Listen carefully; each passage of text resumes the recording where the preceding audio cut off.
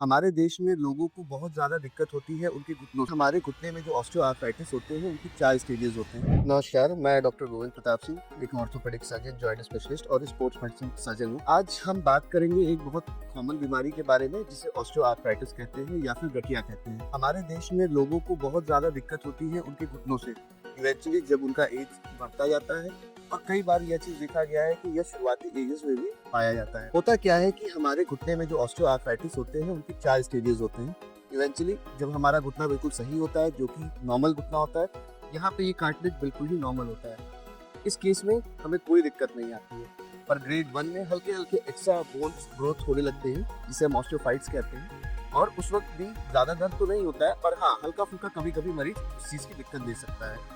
जब ग्रेड 2 आता है उस वक्त हम देखते हैं कि ये कार्टिलेज जो कि हमारे घुटने के ऊपर वाले हड्डी जिसको फीमर कहते हैं उसके डिस्टल एंड में फटने लगता है या ये खराब होने लगता है।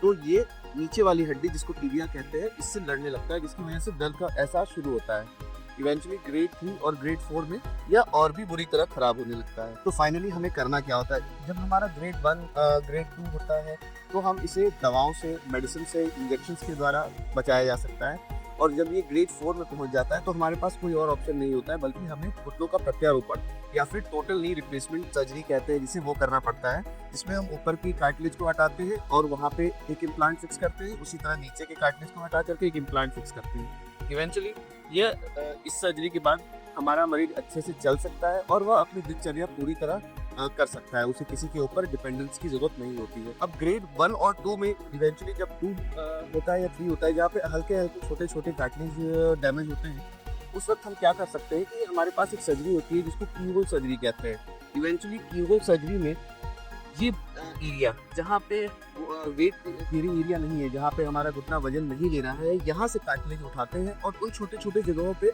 उन्हें डाल देते हैं जहाँ पे वेट बेयरिंग एरिया में कार्टिलेज की खराबी हुई होती है। तो ये इनिशियल स्टेज की सर्जरीज हैं जिनसे हम घुटनों को बचा सकते हैं। लॉन्ग रन में उनका यूज किया जा सकता है।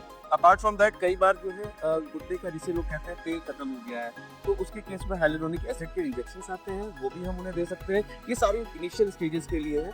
बट इवेंचुअली अगर यह ग्रेड 4 में चला जाता है तो हमारे पास कोई और ऑप्शन नहीं होता है घुटना प्रत्यारोपण के अलावा। यदि आपको या आपकी किसी भी नज़दीकी को इस तरह की परेशानी है या इस तरह का कोई भी दर्द घुटनों से रिलेटेड या कूल्हे से रिलेटेड किसी भी प्रकार का दर्द है, तो हमारे दिए गए नंबर पे आप कांटेक्ट कर सकते हैं और हमें अपनी शिकायत पे दर्ज करवा सकते हैं। धन्यवाद।